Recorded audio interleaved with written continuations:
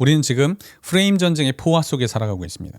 사실 이 프레임 전쟁은 사탄이 사람들을 속이고 이간질하는 아주 전형적인 방법입니다. 이건 아주 오래전부터 진행되어 온 역사적 사실입니다. 그런데 우리는 그런 역사적 사실에서 교훈을 배우지 못하고 지금도 동일한 잘못을 또 되풀이하고 있습니다. 한 가지 예를 들어봅시다. 저는 당연히 동성애를 반대하지만 크리스천들이 동성애를 반대하는 것을 구호로 쓰는 것을 지혜로운 방법이라고 생각하지 않아요. 왜냐하면 그 구호를 쓰는 순간 사탄이 크리스천들을 공격하기 좋은 프레임에 걸려드는 형태, 그 덫에 걸려드는 길로 가는 것이기 때문입니다. 자, 보세요. 크리스천이 동성애를 반대하잖아요. 그럼 반대쪽에서는 어떻게 나오나요? 왜 동성애만 차별하냐고 나옵니다. 근데 사실 기독교는 그렇지 않아요. 기독교는 동성애만 반대하는 입장이 아니죠. 기독교는 동성애 외에 다른 죄들도 모두 다 반대합니다. 모두 다 정죄예요. 모든 사람은 죄인이고 의인은 없나니 하나도 없다는 것이 성경의 가르침이에요. 만일 너희가 사람을 차별하여 대하면 죄를 짓는 것이니 율법이 너희를 범법자로 정죄하리라. 누구든지 온 율법을 지키다가 그 하나를 범하면 모두 범한 자가 되나니. 이것이 성경의 가르침입니다. 그 가르침에 따라 물론 동성애자가 죄인이라고 생각은 하지만 우리는 동성애자만 죄인이라고 생각하지 않아요. 이성애자들도 다 죄인이에요. 그런데 우리가 그 수많은 죄들 중에 하나를 원픽해서 반대를 외치게 되면 차별이라는 프레임에 스스로 갇히게 되는 거예요. 크리스천들은 성소수자를 차별한다는 프레임에 스스로 갇히게 되는 것이죠.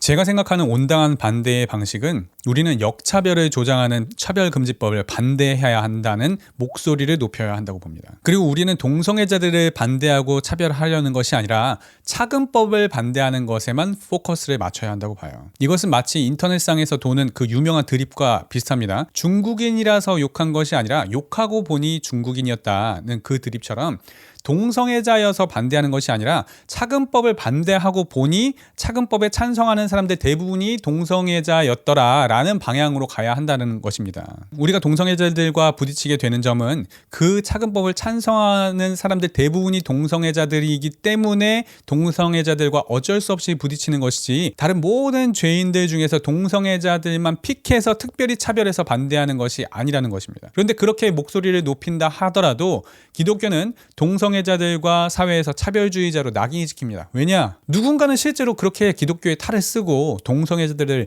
차별하고 있기 때문입니다. 그들은 교회가 아닙니다. 그들은 기독교인이 아니에요. 사람들이 교회 욕을 많이 하죠. 그리스도의 교회는 타락하였다. 그리스도의 교회는 썩었다. 아니요. 그렇지 않습니다. 그리스도의 교회는 아름답습니다. 그들은 그리스도의 교회를 만난 게 아니에요. 어느 특정 교주의 교회를 만난 거예요. 그런데 스스로 자칭 기독교인이라고 하면서 동성애자들을 혐오하고 차별하고 적대시하고 미워하니까 기독교 전체가 오해를 받는 것이죠. 이것이 프레임 전쟁입니다.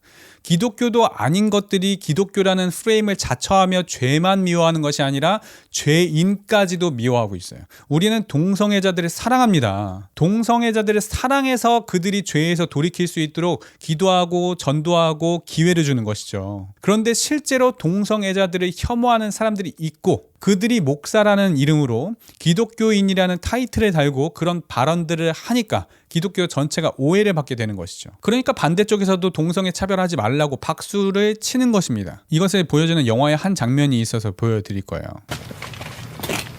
피 많이 봤다 아이가. 오마하자. 제끼야! 제끼야! 자, 이 영상처럼 어느 누구 한 명이 다 죽여! 라고 분노를 심어주게 되므로 갈등에 기름을 부어서 극단적으로 치닫게 되는 것이죠. 그래서 사실 극좌파와 극우파는 한 페이지 안 나. 그렇게 생각하게 됩니다. 사실 극좌파만 있다면 그들의 목소리는 지지를 받을 수가 없습니다. 사람들이 누구나 평등하게 대하고 서로 존중하는 그런 사회를 이루고 있는데 차별하지 말라! 라고 하는 그 목소리가 지지를 얻을까요? 그렇지 않겠죠. 미친놈이네 이렇게 생각하겠죠. 누군가는 어디에선가는 정말로 차별을 하고 있기 때문에 그들의 목소리가 지지를 받는 거예요. 마찬가지로 사실상 극우파만 있다면 그들의 목소리는 지지를 받을 수가 없습니다.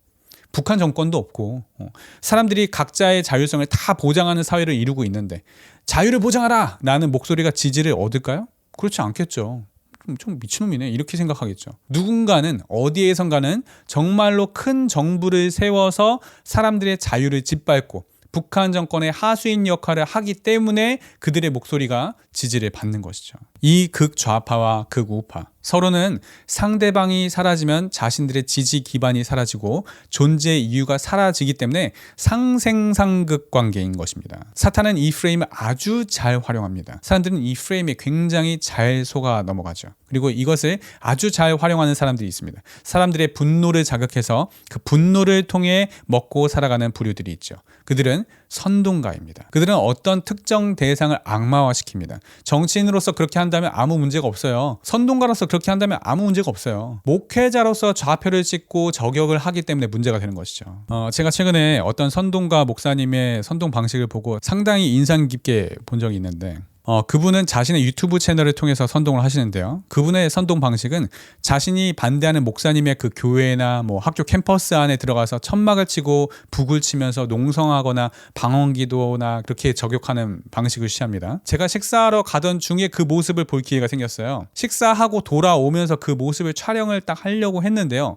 식사를 마치고 와보니까 이내 철수하고 사라지신 거예요. 제가 보니까 불과 1시간에 채 하지를 않으시는 거예요. 그러니까 날씨가 많이 추워지셔서 뭐 그러신 건지 모르겠지만 아주 짧게 하셨습니다. 그런데 그 라이브 방송을 보시는 분들의 반응은 이 시대를 깨우는 진정한 사역자, 추운 날씨에도 고생하는 선지자, 타락한 목사와 교회들을 세우는 이 시대의 진정한 목자라고 막 칭찬하면서 막 후원을 합니다. 자신들이 차마 하지 못하는 것을 이 목사님께서 대신 하고 있다고 하면서 막 응원하고 후원합니다. 이 목사님은 그 사람들의 분노를 먹고 삽니다. 설사 이 목사님조차도 그렇게 하고 싶지 않더라도 그렇게 응원하는 사람들이 있고 그러한 사역 방향성에 동의하고 칭찬하고 응원하고 후원하는 사람들이 있기 때문에 그 방향성을 멈추지 못하고 계속 고수하는 것입니다. 불과 몇 분밖에 하지 않는 농성이었지만 그것으로 수많은 사람들의 주목을 끌고 그들의 분노의 마음을 시원하게 하는 효과를 통해 선동하고 자신의 지지 기반을 견고하게 하는 것을 제가 보았습니다. 왜 이렇게 분노를 먹고 사는 사람들이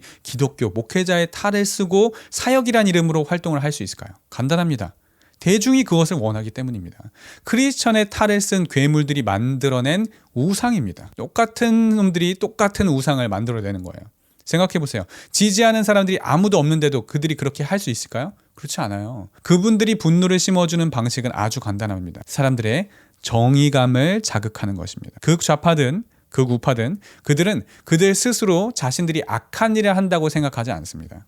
그들은 모두 정의를 위해서 싸우고 있다고 생각합니다. 그리고 이것이 하나님을 섬기는 일이라고 생각합니다. 그렇게 짜여진 프레임에 그대로 속아서 선동당했기 때문입니다. 예수님조차도 그 프레임으로 인해 죽임당하셨죠. 당시 예수님을 잡아 죽인 종교인들과 그들의 선동에 이끌려 예수님을 박해하였던 사람들은 자신들이 악한 일을 하고 있다고 생각하지 않았습니다. 요한복음 16장 2절 말씀에 사람들이 너희를 출교할 뿐 아니라 때가 이르면 무릇 너희를 죽이는 자가 생각하기를 이것이 하나님을 섬기는 일이라 하리라.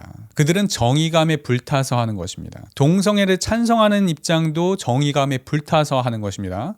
동성애자들을 혐오하고 차별하는 사람들에 대한 분노가 치밀어서 하는 것이죠. 반대도 마찬가지입니다. 동성애를 반대하는 입장도 정의감에 불타서 하는 것입니다. 하나님의 말씀을 수호하고 진리를 지키고 나라를 지키겠다는 그 애국심, 그 사명감에 도취되어서 하는 것입니다. 양쪽 모두 자신들은 악한 것을 하고 있다고 생각하지 않습니다. 그리고 실제로 그들이 내세운 명분들도 사실상 악한 것이 아니죠.